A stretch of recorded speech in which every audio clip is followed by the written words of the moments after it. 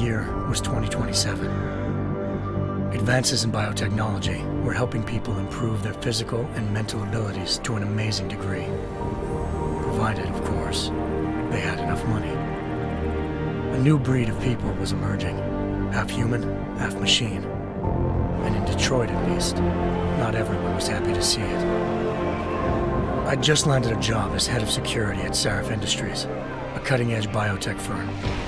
David Sarif himself handpicked me for the job, said he needed me to keep his people safe. My ex, Megan Reed, was one of them. Brilliant neuroscientist, Megan had found a way to make augmentation safe and affordable for everyone. All she had to do was present her research to Congress. But the night before her big meeting, my security measures failed. A team of Black Op mercenaries stormed into Sarif headquarters, massacring everyone in sight. 3 of the mercs were heavily augmented walking tanks. Their mission? Take out Megan and her team. Tried to stop them. Their leader tossed me through a plate glass wall. Last thing I heard as his bullets slammed into my brain was Megan's dying scream. I should have died with her. Only I didn't. High-end military-grade enhancements saved my life. The best augmentation Sarif's money could buy. Took me half a year to get a feel for her. Should have taken longer. But 6 months into my recovery, Sarif Industries was attacked again. This time, by a radical group of pro-human purists. Violent, militant, and fanatically opposed to human augmentation. They claimed to be members of Humanity Front, a non-profit organization that wanted the UN to limit biotechnology research. The thugs broke into Sarif's factory and found machinists working overtime on a top-secret military augment called the Typhoon. Sarif sent me to retrieve it, and when I did, I found one of the so-called purists next to it, wired with cerebral implants, trying to download its classified specs. Obviously, something more was going on. The AUG killed himself before I could question him. Sarif ordered me to dig deeper, so with the help of Frank Pritchard, Sarif's head of cybersecurity, I did. Turns out a second hacker had been controlling the AUG's actions from somewhere off-site. Pritchard and I tracked his signal to a secret FEMA internment camp in Detroit. The Black Op mercenaries were there. The same mercs who'd left me for dead 6 months before. Figured they'd try again when they saw me. It wasn't so easy for them this time. I took out the tank named Barrett, even got him to give me a new lead. A penthouse apartment in China. Of course, we both knew it would be a trap in the end.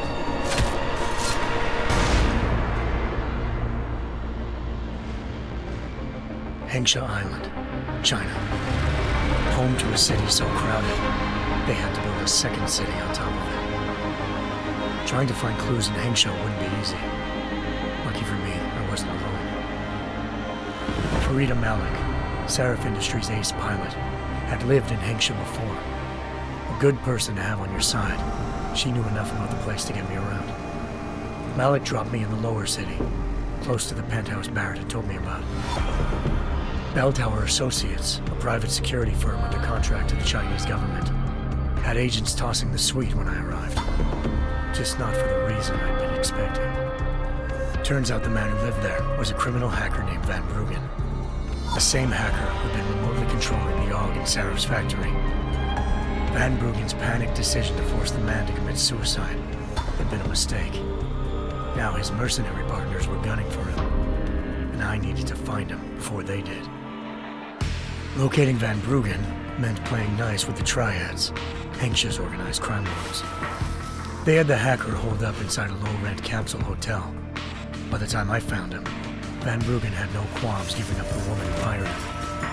Zhao Yunru, president of the Taiyang Medical Corporation. According to Van Bruggen, Zhao wanted to monopolize the augmentation industry and had hired Black Op mercenaries to destabilize her competition. Sarif Industries was at the top of her list. To prove this, I needed to get inside TYM and grab a surveillance hologram off a server. I I suspected Van Bruggen was hiding something when he told me this, but nothing could have prepared me for what I saw. Megan wasn't dead. She and her 4 best researchers had been kidnapped, spirited away somewhere while their kidnappers made it look like they were dead.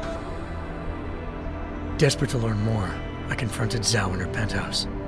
She claimed to be a pawn in a bigger plan, and hinted at a group so powerful it controlled global interests at a whim. Then she slipped into a panic room and hit the alarm, forcing me to make a very quick exit.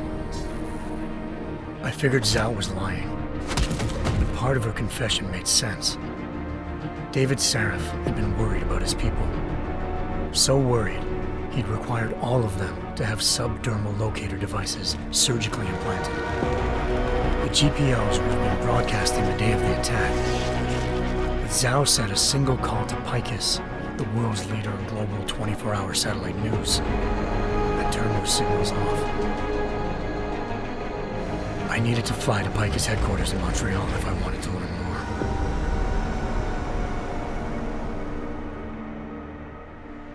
more. Eliza Cassan, Picus Communications' First Lady of News.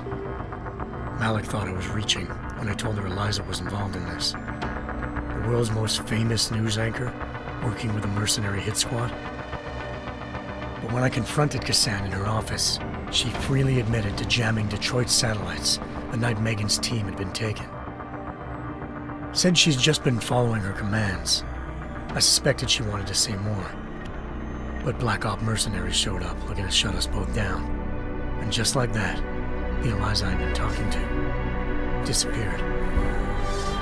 The Mercs were led by an augmented killer I'd crossed paths with twice before, Fedorova, a woman who'd made silence her best friend. She waited for me to track Eliza's transmission to a secret server room underneath the Picus complex, then jumped me from behind. A deadly fight ensued. I made sure she never moved silently again. With Fedorova down and no one left to keep Eliza quiet, she reappeared. Turns out Picus's First Lady of News wasn't a lady at all. She was a sophisticated AI program, engineered to monitor data streams and control what people believed. Eliza told me the Mercs had brought in a Humanity Front doctor named Isaiah Sandoval to remove the scientist's implanted tracking devices while Detroit's satellites were down. She also told me to speak to David Sarif if I wanted to learn more. By the time Malik and I got back to Detroit, tensions between normal and augmented citizens had reached a flashpoint. Riots were breaking out in several cities, and the UN was being urged to intervene. Sarif was trying hard to convince Hugh Darrow, the inventor-turned-philanthropist who'd once been a leading proponent of enhancement technologies, to help stop a possible regulatory vote. Sarif had a lot riding on Darrow. Megan's discovery would have given millions of people the chance to evolve beyond their normal human abilities, and at the same time catapulted Sarif Industries to the top of the Fortune 500. According to Sarif, Megan's kidnappers knew this, and didn't want people evolving unless they controlled how it was done. He called his enemies Illuminati, and urged me to keep searching. Determined to do so, I tracked down Sandoval via America's most outspoken augmentation opponent, Bill Taggart, Sandoval's boss and founder of Humanity Front. Sandoval admitted to operating on Megan's team when I confronted him, but said he hadn't removed their GPOs. He'd merely switched them to a different frequency. Pritchard was able to trace one of the signals to China. Malik and I immediately took off in pursuit. Unfortunately, the Illuminati were one step ahead.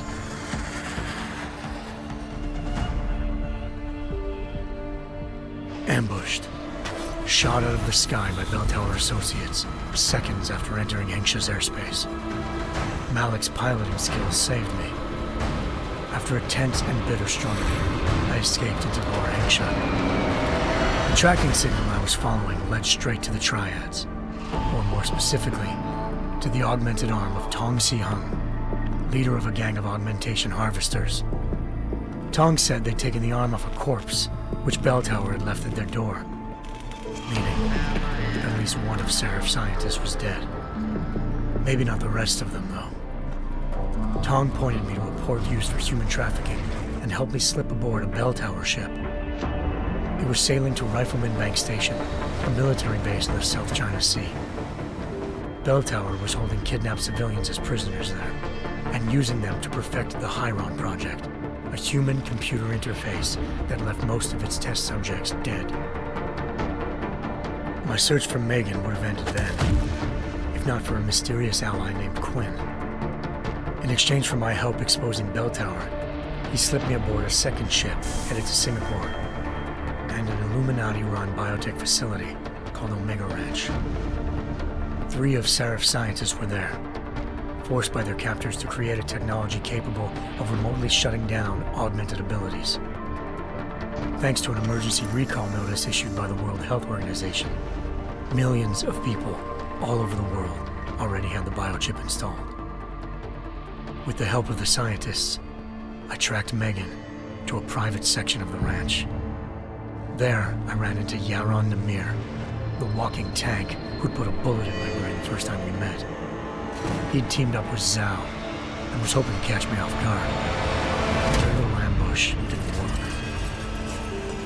I found Megan in a suite belonging to Hugh Darrow, the billionaire philanthropist who'd Seraph had called on for help.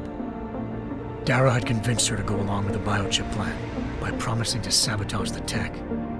As she was explaining this, Darrow appeared in a global broadcast, telling the world that augmentations would be the death of mankind. Then he activated the biochips to prove his point. All over the world, augmented people flew into a killing frenzy. Darrow had betrayed everyone, and it was up to me to set things right. To do it, I had to reach Panchaea, a massive installation in the Arctic Ocean. As I raced through corridors built by an all-augmented workforce, I saw death and destruction firsthand. By the time I shut down Darrow's broadcast, I knew the damage he'd done. Still, humanity's future remained unclear. How would the world react to this sabotage? Would people ever regain their faith in augmentations again? What would be the Illuminati's next move? Only time could give us the answers.